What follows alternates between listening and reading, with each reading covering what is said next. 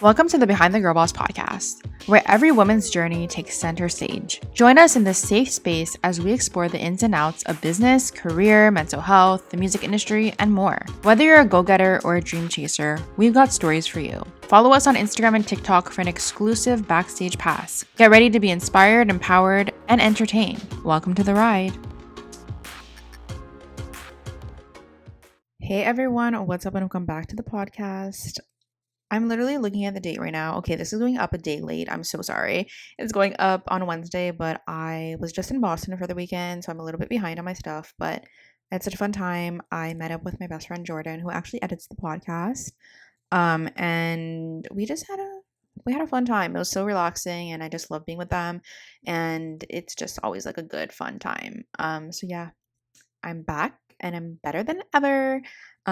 Whatever, I'm kind of the same, but I'm looking at the date. It's September 24th. The fact that October is literally around the corner is so crazy to me. Like, it's so wild. And I think I don't even know where this was, but I feel like someone said it or I overheard someone say it. But after turning like 21, my life is like flying by, like actually flying by.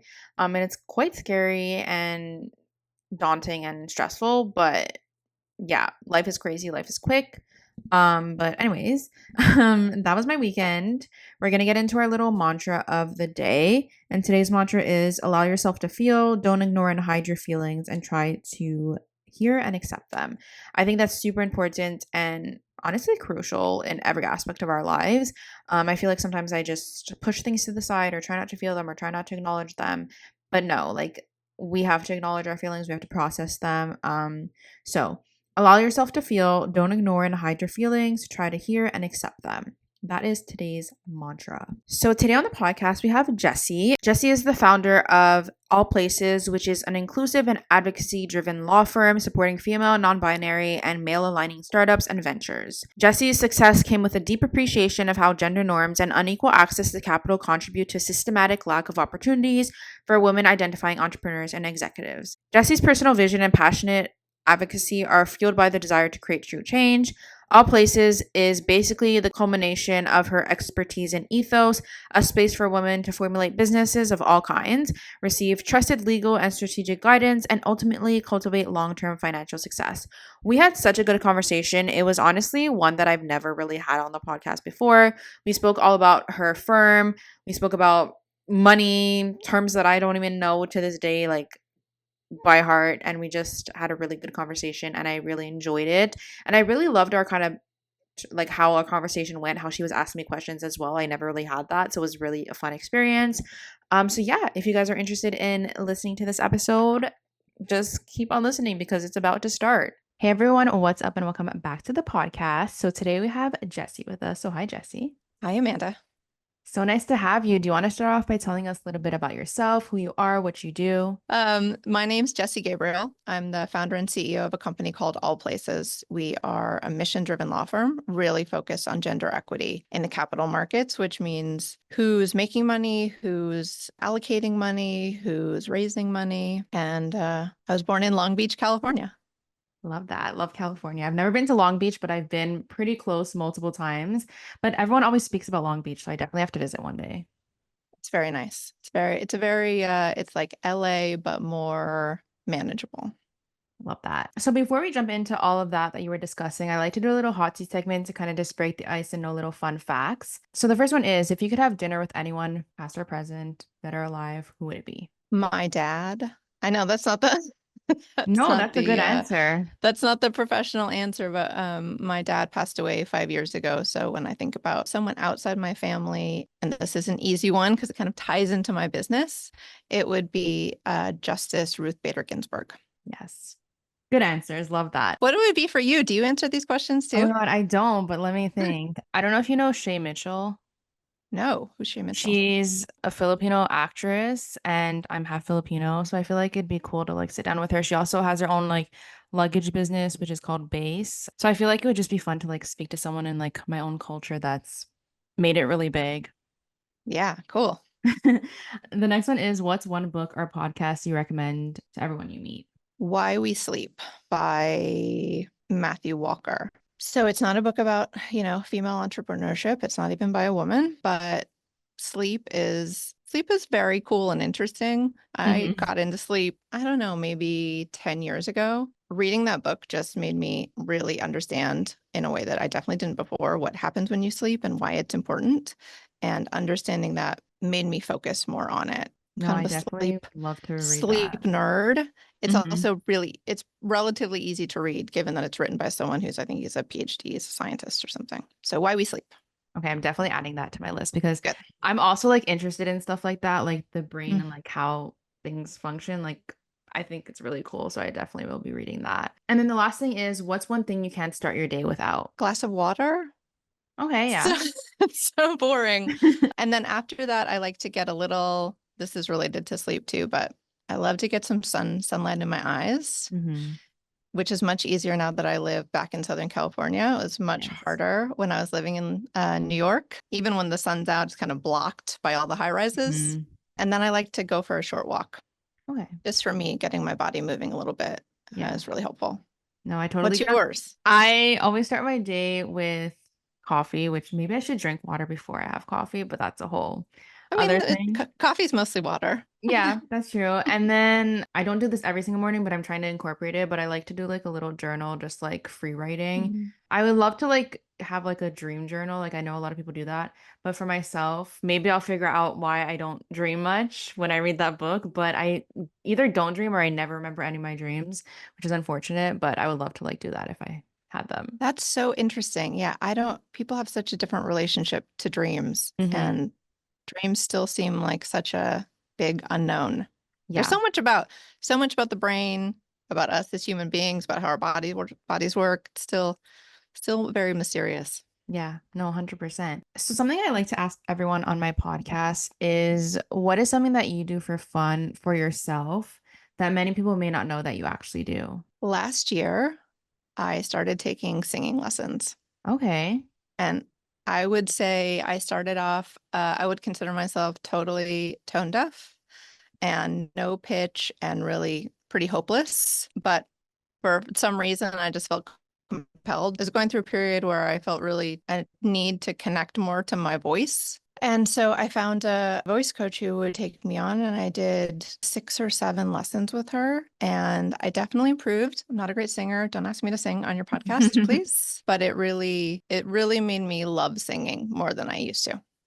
That's so cool. I mean, I'm also, I would say, tone deaf and don't really know how to sing very well. So it's interesting that like you can kind of teach your voice how to be a little bit better. I also would never sing on my podcast because people would probably stop listening, but I love that. Maybe I should like try vocal lessons as well. I was having this conversation with my sister the other day, and shared that she had known this, but I brought it up again. And she was talking about for herself that she would never do it because she really felt like she was, like I viewed myself, right? Like you Mhm. view yourself, like, so kind of a lost cause.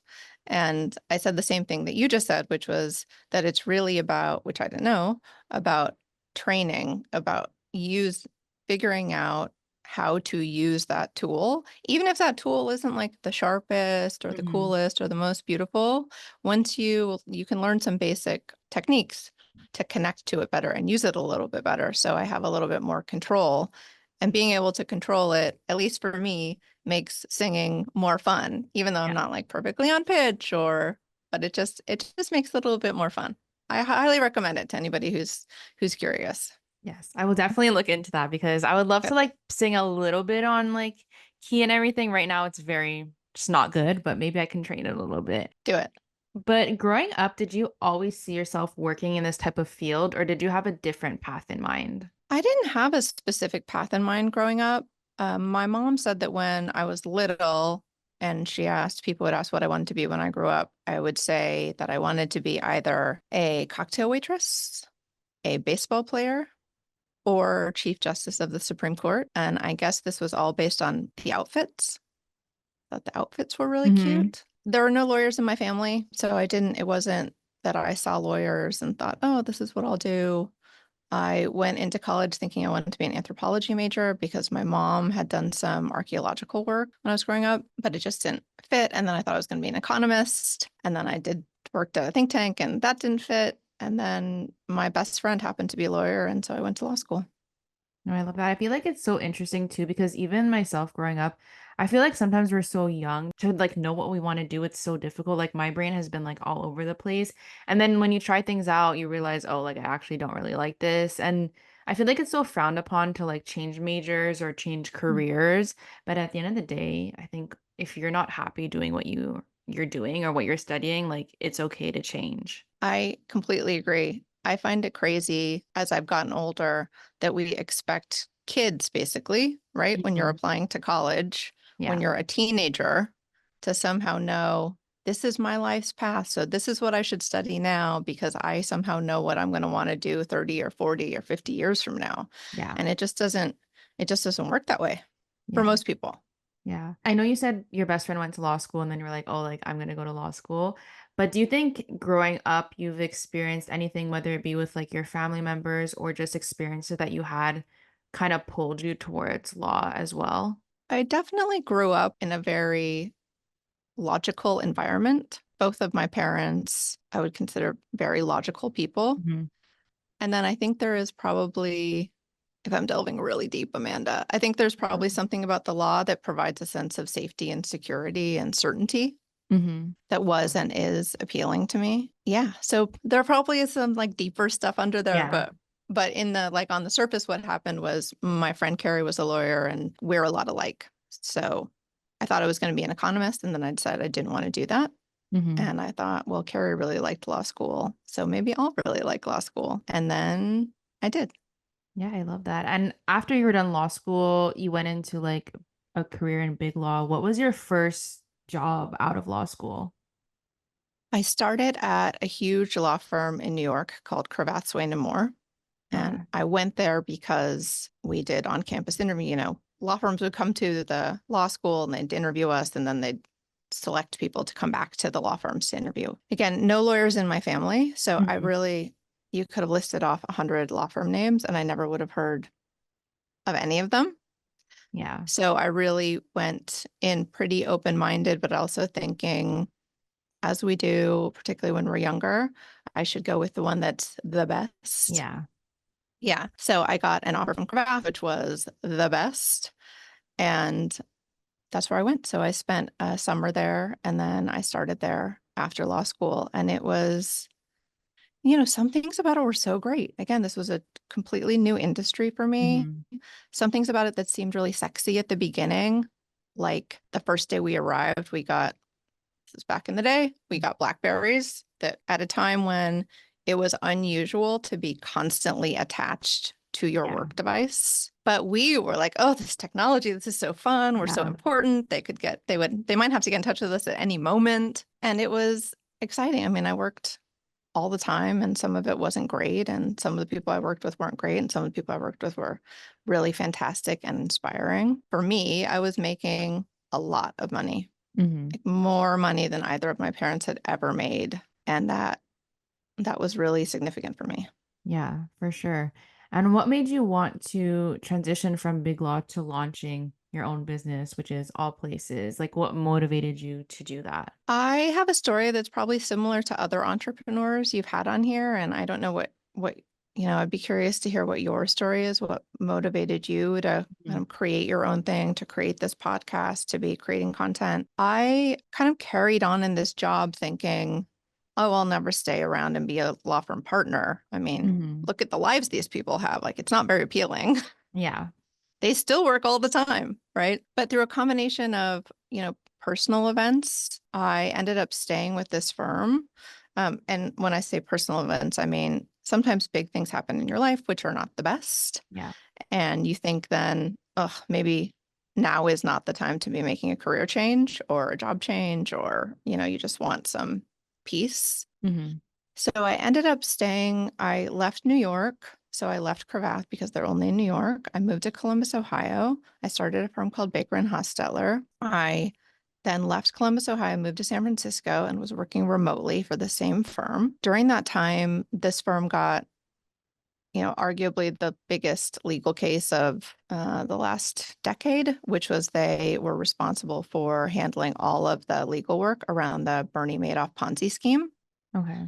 So I was working on that, which was really interesting. And then I moved back to New York, stayed with the same firm, was working on that. That tied a lot into this industry that I work in now, which is the asset management industry, which is private equity, hedge funds, venture capital Mhm. funds. I launched the investment funds practice at my last firm after I became a partner and felt like this, okay, here I was. I'd arrived, right? I was a like kid from Long Beach, raised by a single mom. Now I'm a big shot. I'm an equity partner. I'm running a practice group. I'm running a practice group about a subject that like I never even heard of when I was a kid. Mhm.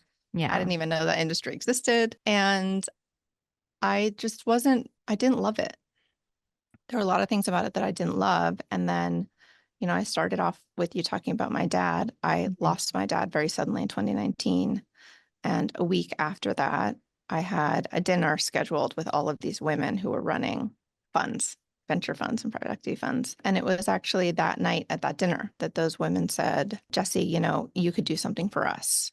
You could start your own firm. Because these were women who had really already been very thoughtful about what it means to have more diversity Mhm. in who's managing money, who's managing your legal, how you're spending your money, right? Which now it's a more common thing to think, I need to get some new makeup. I think it would be great to have a woman, like I'd love to have a woman owned brand. Yeah. Let me look at that. But at the time it wasn't quite as popular or wasn't Mhm. quite as covered by the media. But these women were already thinking about it. These were women who were in this very small community of women who were managing a lot of money. And they were already thinking, when I'm spending my money on legal, which can be a lot of money, I want to invest that money in a woman-owned firm, and there isn't anybody out there who's doing this work for us. Why don't you start that company? Yeah, that's how that seed, the entrepreneurial seed, did not exist in me before that. How Yeah. about you? Yeah, so for me, similar but a little bit different. Mm, Growing up as well, like in school, they never teach you about like business or like entrepreneurship. And I went to a all girls high school, so that was just like not in it. Or like I would when I was growing up, I would always think like, okay, like business owners are men, because that's kind of how it was viewed. So I never knew that I agreed. Yeah, do agreed. any of this or like that it Yeah. was even an option. And I always grew up loving like film, editing, things like Mm, that. But I was like, okay, like the only way I can ever do that is if I work for somebody else in like the film industry and like that's it. And then in university, I also do like YouTube and stuff. And I would have people reach out and they were like, oh, like, hey, do you do video editing for like other YouTubers? And I was like, no, but like maybe I could, like that could be something that I can like, make a little bit of money with and like until I find like a career in like the corporate world. And then more people started reaching out and I was like, you know what? Like maybe I should just try and like start my own thing and like see where it goes. And at first I was hesitant because again, I was like the biggest like business owners are all men. Like I'm like an Asian woman, like who's gonna like want to work with me? mm. And turns out people actually did want to work with me. So then leaving university, I actually started my own digital agency full time right out of university, which is like, That is so incredible. That yeah, is so incredible. So you were building this up and doing this on the side while you were in university, and yeah, you'd already gotten it to the point where you would ready to do it full time as soon as you graduated. yeah. And I was like That is so privileged. Yeah, I cool. was That is privileged because so I still cool. live at home. So I was Mm. like, I might as well jumpstart it now because I don't have all these bills at the moment, like rent and stuff like that. So I was like, I think the smartest decision is to start it now versus waiting and going into corporate when I knew like that's not really what I wanted to do. So I kind of just took a chance on it and it's been working out well from like 2 years ago. So yeah, that's kind of my story around it. So cool. It's actually really exciting for me to hear someone who started it right after school as opposed to going through the corporate process, realizing that Mhm. sucked then or losing their job and then, Mhm. having being open to it. So there's so many different ways you can get to it. And it's exciting for me to have someone speak to someone as young as you are who thought, hey, after college, like I can just do this now. Yeah, people at first were like, "Oh, like you're gonna regret not going into corporate." And I was like, deep down, like I knew like that wasn't the route for me. I mean, maybe one day I'll end up in corporate. Who knows what like the world has in store for me, Mm, but I just knew deep down that I just didn't want to do it. And I was like, instead of listening to other people like past me would have done and been like, okay, like let me try corporate, I was like, I'm just gonna do what I feel like is right for me. And turns out it was the right decision. So Awesome. I will yeah. say too, as someone who we're actually just about to start the hiring process for another attorney. And I think a lot of founder-led businesses, maybe it's different in the large corporate world, I don't know, but a lot of founder-led businesses view backgrounds a little bit differently. Like Hmm. I would be so impressed by someone who came to us and they'd already been entrepreneurial, they'd already taken a different route because it's a different skill set, but it's also a much higher pressure skill set and Hmm. it's a more resilient skill set. And I mean, it's great. So if you ever ended up wanting to go into a larger space, I bet you would have no trouble doing that. Thank you.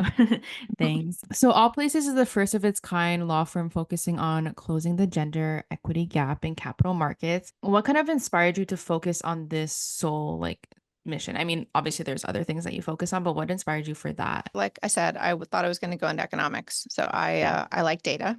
I'm a data dork. And when I was running the investment funds team, I started working with some women who were managing funds. And that's when I got exposure to some of the data around this industry. I think it's so important. Like, I hope that 5 years from now, this is part of the normal conversation around gender equity or racial equity, Hmm. is a conversation around who's managing money because it sounds so dull, right? It sounds so dull. But I think part of the reason that we're in the position we're in now, and I'll get to the data, is that we, as women and people of color, are taught that managing money is not for us, Hmm. right? It's like the same thing you said about who runs a company, Yeah. right? They are not people who look like us. Hmm. So as a result, what happens is you have this industry which is incredibly powerful. They manage trillions of dollars. And over 95% of that money, those trillions of dollars, are managed by companies that are majority owned by white men. Yeah. And this is like no shade on white men.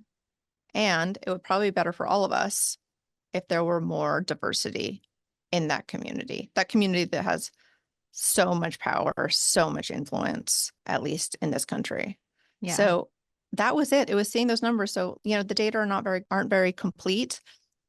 But if you look at that industry at a maximum, 2% of that money is being managed by firms that are majority owned by women, Wow. right? And we're 51% of the population, right? Hmm. 2%. Some of the data that sometimes people are more familiar with is, how much venture capital is being invested in female founded businesses. And that's also right around 2%. Okay. So you can see how it just flows down. This really matters, right? Because these people who are managing this money make decisions about what businesses get funded. Yeah. And those are the businesses that have a greater chance of success. So it just, it kind of builds on it. This inequity builds on itself. That's really what inspired me. I thought I'd gotten to a point, after my dad died and I had that dinner and I had been thinking, gosh, I think I'm such a great lawyer, but who am I helping with my skills? Like, Hmm. is there a way for me to take these skills that I have and to combine it with something that I'm personally really passionate about? And so this came together from wherever, from Yeah. all the powers that be in the universe floating around, and it just fell into place. Here I am. Yeah. I can be a lawyer. I can create this law firm that's really going to provide the best tools and the best support for the women and some men who are changing these numbers, who are passionate about change and creating more equity. Yeah.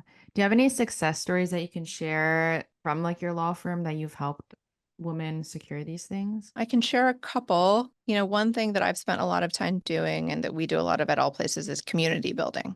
Hmm. Right? So we're a law firm, but we're also mission driven, and I love community building, right? It's Yeah. because Very it's important. fun to be around your Yeah. peers. It's fun to commiserate, to share joy, to celebrate. So one of the things that's happened in building that community is that we don't only build our community of clients and potential clients, we also build this community of around the edges people who also are supportive of this community. And so when we look at, say, a venture capital fund has to have investors, right? Because a venture capital fund invests money, but they need money to come into the fund Hmm. before it goes out. And most of the funds we represent are women. It's hard raising capital, period. It's really hard if you're doing it for the first time. It's really hard if you're a woman or a person of Yeah. color. And I had developed a relationship with an organization that invests a lot of money into venture capital funds. And they reached out to me at one point because they know we have a huge community of women-owned funds. They had one in particular they'd been, looking at, and they wanted an introduction as a client of ours. I introduced them, and that investor ended up being the largest investor in their fund. That's great. So that just feels amazing. Yeah. That feels amazing. And then I'll use another one. This was actually someone who isn't a client of ours yet. One of the things that happens a lot of times with women if they're raising money is that I think statistically, women end up giving away twice as much equity as men. So they own half as much of their company as men do after they raise money, which is like terrible, right? Yeah. Because that's when you make the money, when you sell the business, and the more you own, the more you make. So I was speaking to a woman who runs this incredible business, and a business that, a lot of people would be familiar with. They'd be thinking, this business, they're so successful. This woman runs it. She's going to be rich. Yeah. And we had a conversation that she had not previously had with her own lawyers or advisors about how to manage her ownership in the business and ways to increase her ownership amount. And that to me was a really meaningful conversation, because my hope is that that conversation leads to this woman making some asks from her investors, from her board, that are going to increase her ownership in her company. And so when she has an exit, she is going to make a lot more money. And knowing her, she is going to invest that money in her next business. She's going to invest it in other women and women of color who are running businesses. When I'm part of something like that, or when I anticipate, I had the conversation now, I anticipate it happening in the future. That's really exciting. These things make a difference. Yeah. No, 100%. And I loved what you said at the beginning about like community. I feel like people kind of forget that sometimes, but it's such like a big part of like businesses and just like career in general. You never know when someone that you spoke to at a random place will like come back into your life in some aspect, or like for myself, for example, with social media and like podcasts and all those things, what I work in, networking and community building is like the most important thing. And I love how you said you helped someone basically raise the most money for their business by someone that you met and like knew. I think it's just so important to like always just be nice to everyone and talk about yourself and talk about others. I feel like when people network, sometimes they talk more about themselves and they forget to ask other people questions too. I think it's important to do both, because I sometimes, totally agree with you, yeah, Amanda. sometimes I'm Yeah. like asking someone so many questions about themselves and then they don't ask me anything. And I love how you're asking me questions too on my own podcast. I think it's fun. No one's actually ever done that.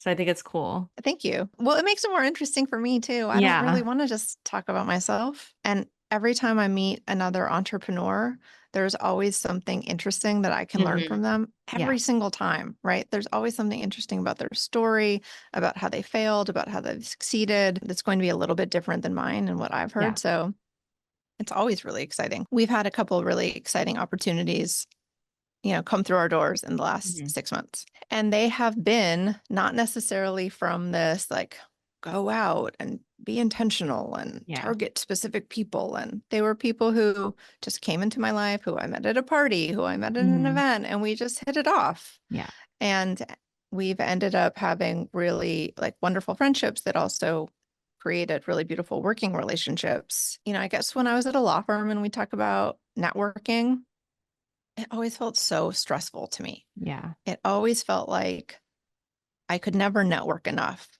I'm always going to be missing out. What Yeah. if there's that one right person at this conference that I didn't talk to? And Mhm. it felt like I was always losing. It was never going to be enough. And then at some point I realized that you can do that. You can network and build community, and you can do it in a way that feels really fun.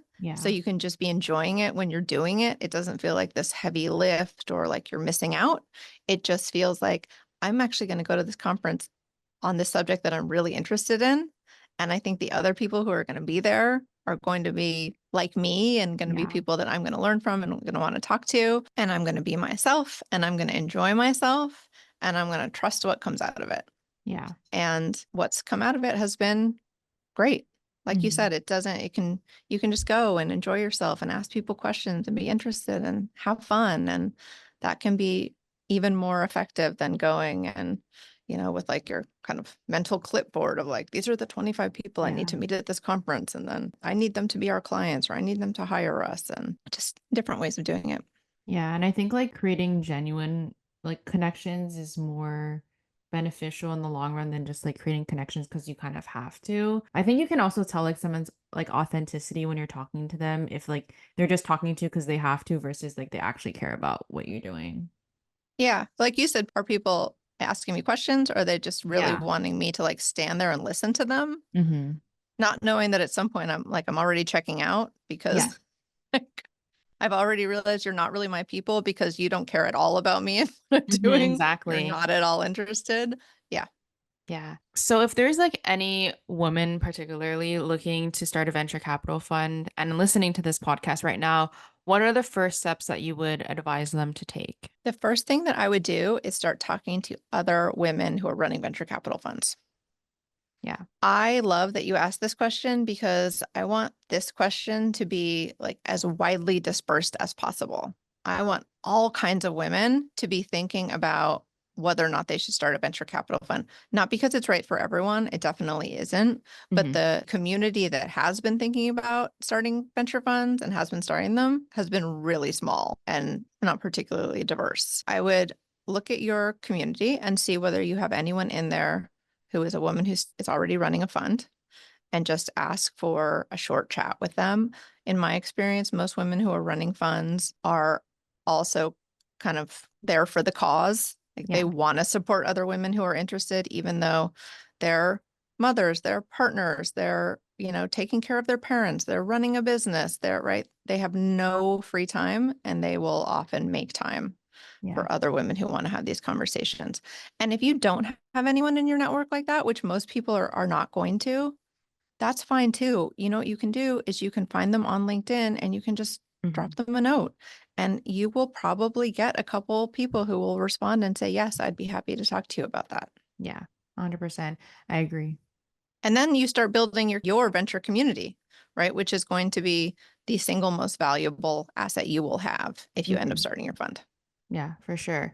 And like you were saying, you do work with a diverse group of clients, including women-led funds and startups.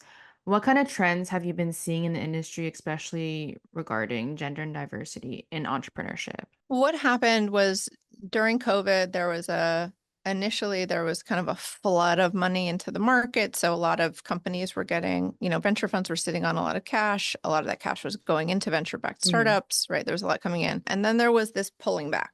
There was this constriction. Some of it was related to, you're in Canada, right? Yes. Yes. Okay. So some of it was related to the collapse of a bank out here in California called Silicon Valley Bank, which had a lot of ties to the venture capital industry. It just made people really afraid. Hmm. And then we're worried about a recession. COVID had gone on for so Yeah. long. Unfortunately, what happens when markets take a dip or when there seems to be like a higher risk period is people become more risk averse. And unfortunately, what people see as risky is investing in underrepresented founders Mhm. or underrepresented fund managers. That is just the truth. Yeah. So funding towards those groups, towards underrepresented groups, dips down even further during that period of time. With that, what happened was some people couldn't raise money and their businesses ended. And some people couldn't raise money. Some of our clients couldn't raise money and they figured it out. Yeah. They, right? They got really lean. They got really creative. They hustled, hustled, hustled. They probably did not take good enough care of themselves. And a lot of them came out of that period with these companies that they were able to grow without bringing on more investors. So Hmm. they have these larger companies that they own more of because they weren't able to raise capital. The nice thing, though, is that we seem to be gradually coming out of this.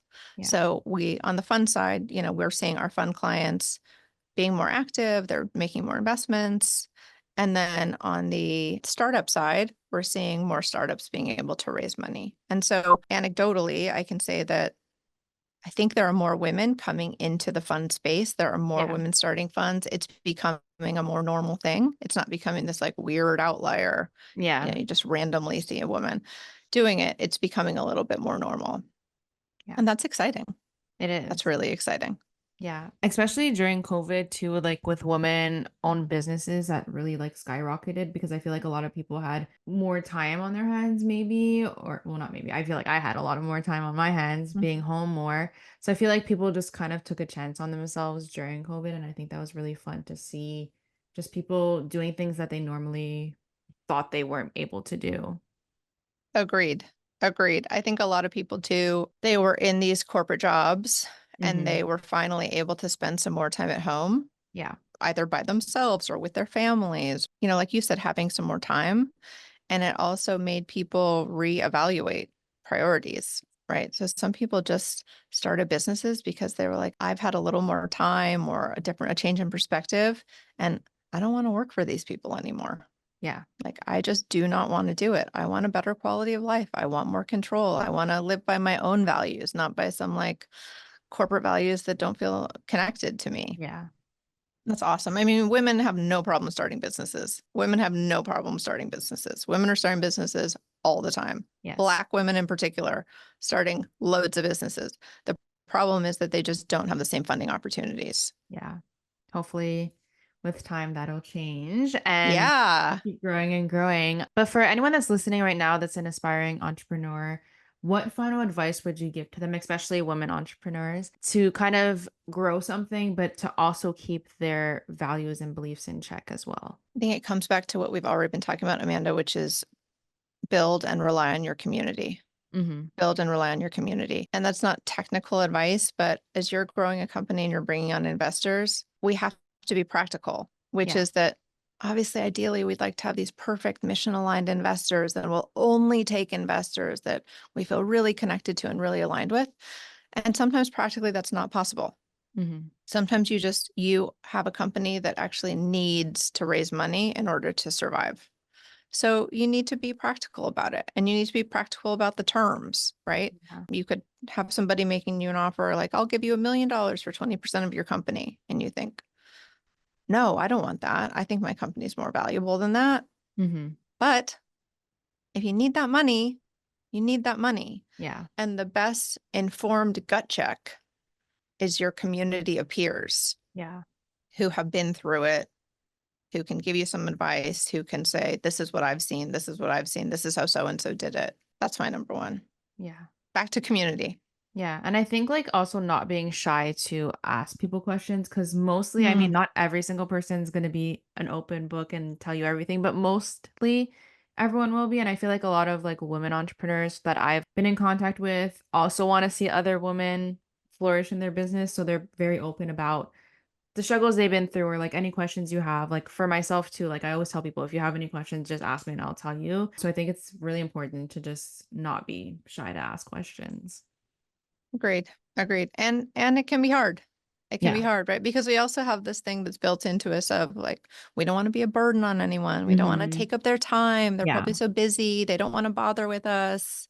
But if you're genuine and nice and respectful, a lot of people will want to help you Yeah. because it Yeah. feels good, right? It It feels good when does. I'm someone like, reaches oh, out and like is they want like, to know, like they like trust my opinion enough to like ask me this. yeah, right. Who doesn't like to be asked their advice, right? You're like, Yeah. oh, you value me. This feels so Yes. nice. Yeah. Yeah. No, I agree. So last night our podcast, I asked people on Instagram to ask questions. I picked two of my favorite ones. The first one you did answer a bit, but Mm. we'll see if there's anything more you want to add on. Okay. But do you have any networking tips? I'll give a few. I'll Hmm. give a few. So some of them can be, so we can be kind of practical. Yeah. One is what we've both already said, which is be yourself. Yes. Two is don't spend your time going to a conference or event unless you know you're just going to love it. You're going to have the best time. It's going to be so valuable to you and you don't care who you meet. Yeah. Or if you do care who you meet, you have to have time to do follow-ups. This was a practical thing. I had a really wonderful business development coach when I was working at the law firm. I would go to events. I'd spend all that, right? You spend all your time. You're like, I'm going to a conference. I'm going to spend this Yeah. time there. I'm going to meet people. And then I wouldn't have time to do follow-up afterwards. Hmm. And it would just, if those relationships aren't nurtured, they just, you forget about them. The other person Yeah. forgets about them. So that's my other really practical one. Yeah. Make time for the follow-up if you're going to spend the time going to an event. Yeah. No, I agree with both of those. And then the last question is, how do you stay motivated and passionate about your mission, especially when the work gets tough or the progress feels slow? Oh, yeah. Being an entrepreneur is really hard, Yeah. right? It is so hard, even when people are looking at you saying, "Oh, you're killing it. You're doing so great." And like I wanted to cry this morning, or I Yeah. did cry this morning, or I was looking at our financials and I thought, how am I going to make this work? Why aren't we growing faster? Hmm. It's so easy to fall into that. This is never going to work. It's too hard. Why am I doing this? And I'm a broken record here. It's my community. Yeah. I own a law firm. Some of my best resources and friends and mentors are technically my competitors. There are other Hmm. women who own law firms who are also serving, let's say, startups. Yeah. But I can call these women anytime and just say, "Oh my God, I had this issue with this client. Like, we did this great work and now they're not paying us. How do I deal? Have you dealt with that?" It removes what I think can be the most painful thing about being an entrepreneur, which is the loneliness Yeah. and feeling like you have to figure everything out on your own. And figuring everything out on your own when you are constantly doing things you've never done before, which is also part of being an entrepreneur, feels impossible. Yeah. It just feels impossible. So, like you said, ask for help, be open and vulnerable. Yeah. And those women, when I'm having a down day, they are there to inspire me. And when they're having a down day, I'm there to inspire them. And we're like this incredible feeling of sisterhood. Like we're here to support each other. Yeah. We're all pretty amazing. So sometimes you need somebody else to remind you of that when, like, in your head, you're telling yourself that you are really not amazing. Yeah. Rely on your sisters. Yeah, exactly. And I think like overall, community is the biggest thing when you're a business owner and to really not shy away from it. Completely agree. And it's such a joy, right? Yes. It's so many things about running your business can feel very draining. Hmm. And being in community just builds you right back up. Yeah, 100%. Well, that's all I had for you today. So thank you so much again for coming on, sharing your story, sharing your knowledge. Before you leave, do you want to shout out any of your socials where people can follow your journey, where they can potentially work with you if needed? I would love to. We are on Instagram at This Is All Places. We are most active on LinkedIn. You can type in All Places and we'll come up, or me, Jessie Gabriel. And then the best way to connect with us is through our newsletter.